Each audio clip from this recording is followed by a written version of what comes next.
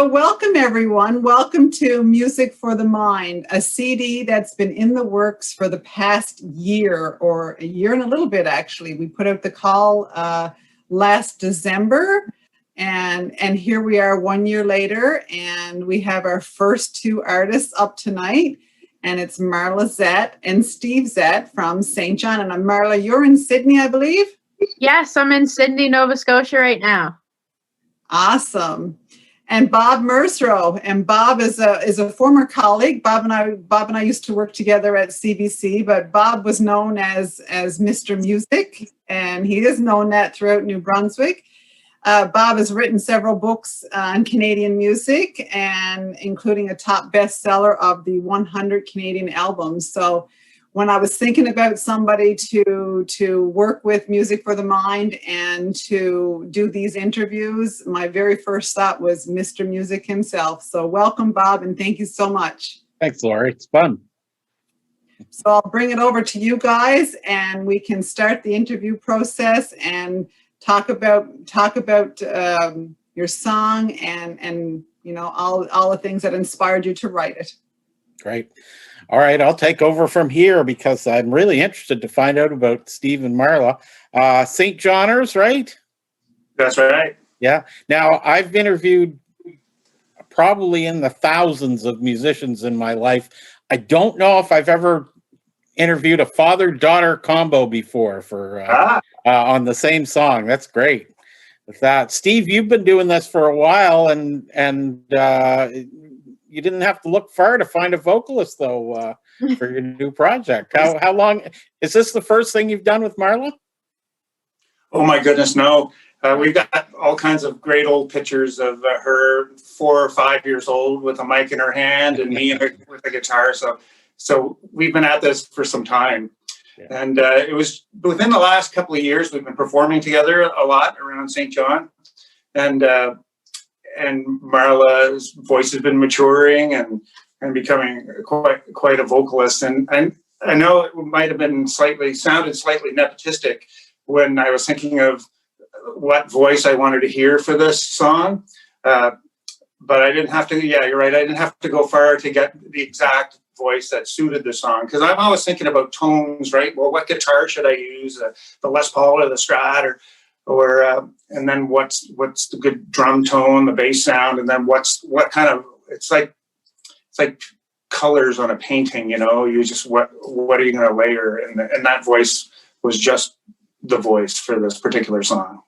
Right. And Marla, you've been singing. I see you all over St. John at various gigs and stuff. Is this? I mean, I guess you didn't have to look far for inspiration as to becoming a musician. How's do you get to perform with Steve much, or is it, or do you do your own stuff? Yeah, well, I mostly do a lot of my performing with my dad. So he does a lot of the guitar and I do the singing, and he's like super good at guitar. So it's really nice to have that to accompany me on the side. So I mostly do a lot of my music with him, and that's how I like it. I'm thinking the downside is bad dad jokes all the time. But you know, that's very fair, and I do get a lot of them, but I get them back pretty good. Okay. Oh yeah.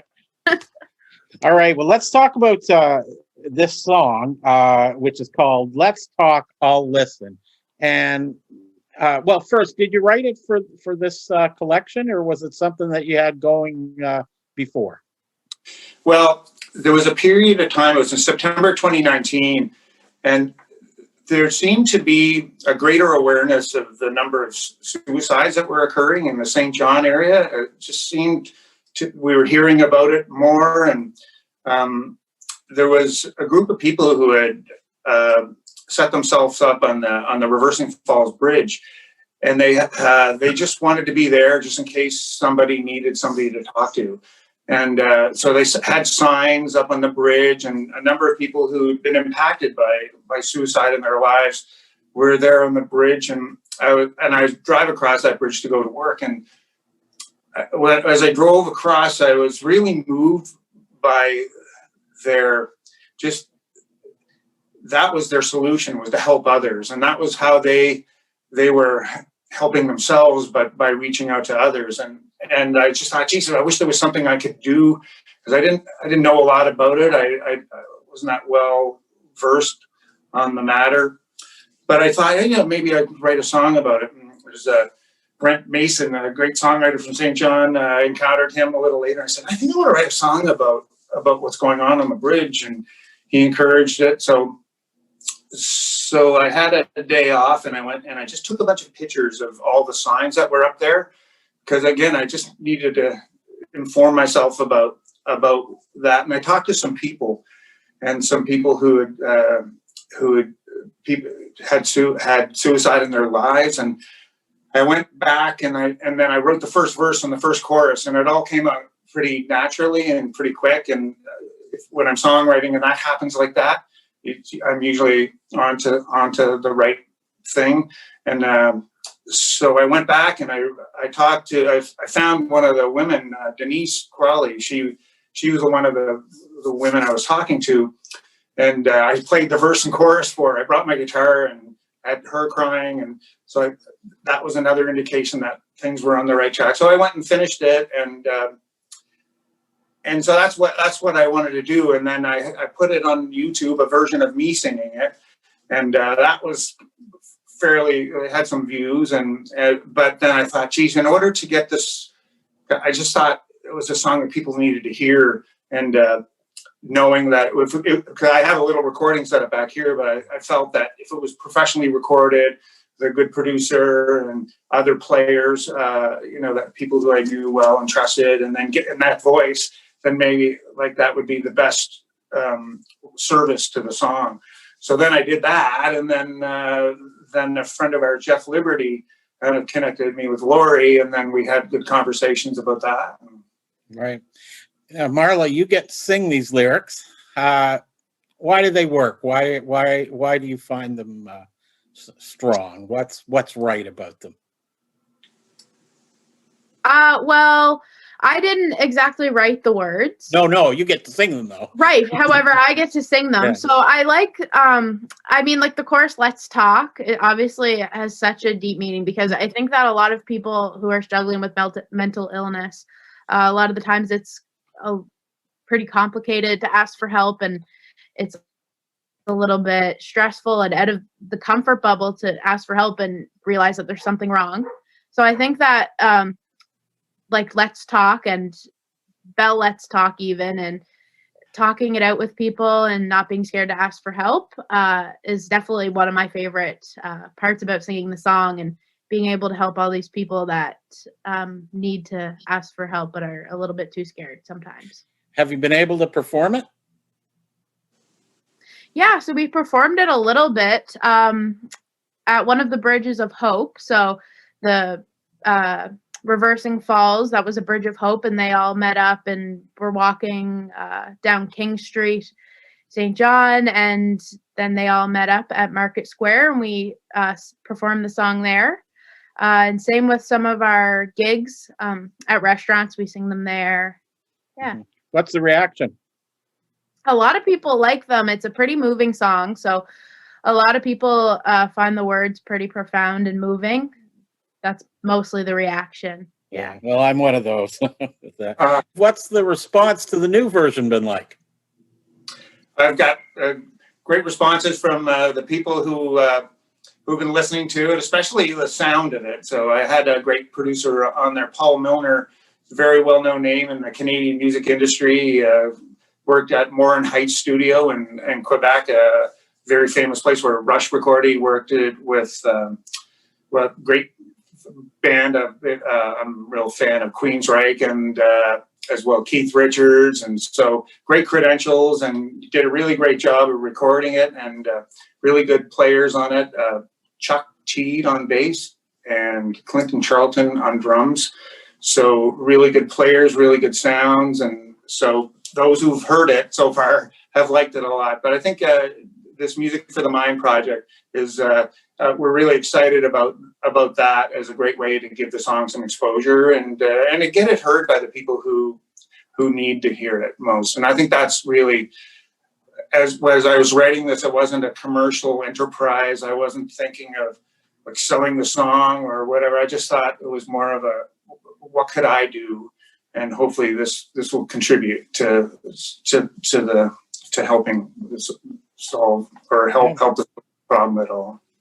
Marla, why is music a good way to talk about mental health? I think that music can give you a lot of kind of ins and outs with, I guess, struggling with mental illness, and it gives you a good way to put your feelings into words, I guess. So for a lot of people, I know that a lot of musicians struggle with putting their words, just getting their words out. So a lot of times putting it to music can be more helpful.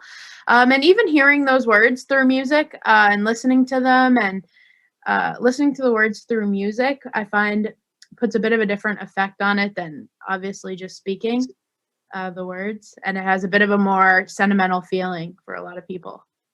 Hey, that's what this project is all about. So Right. I was about summed to it up say that. for us. That's exactly what this project was about. Right.